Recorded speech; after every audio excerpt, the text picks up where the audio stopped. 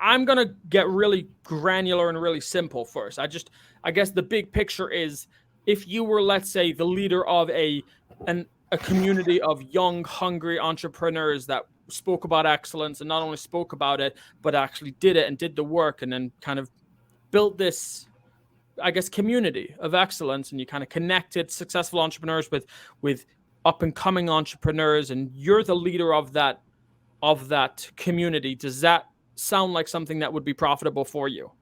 Yeah, it'll be easier. Well, when you say profitable, I'm just wondering. I, I hear it. I just want to understand how the profit would be made. Like, am I Yeah. charging them for advice? You know what I mean? So, okay, so this is where I don't know your demographic as well as you do. This is why I'm asking you, just to make sure. But the idea would be, let's say you prefer working with 35, 36-year-old entrepreneurs, self-starters. They don't necessarily have to be entrepreneurs, but they're people who are committed to greatness and excellence. Let's say these are just the people that you resonate with.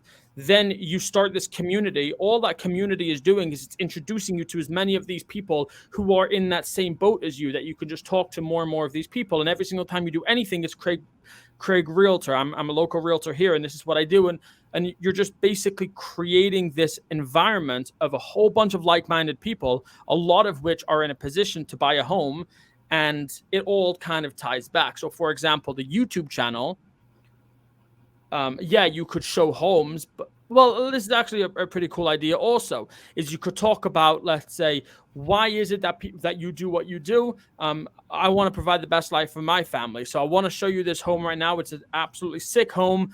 And just imagine being able to wake up every single morning and look out at this view right here.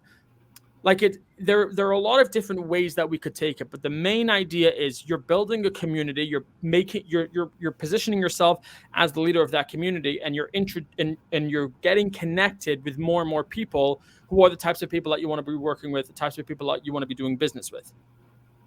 Makes sense. So it's almost like a backdoor approach, where instead of going to people saying, "Hey, do you want to buy a home?"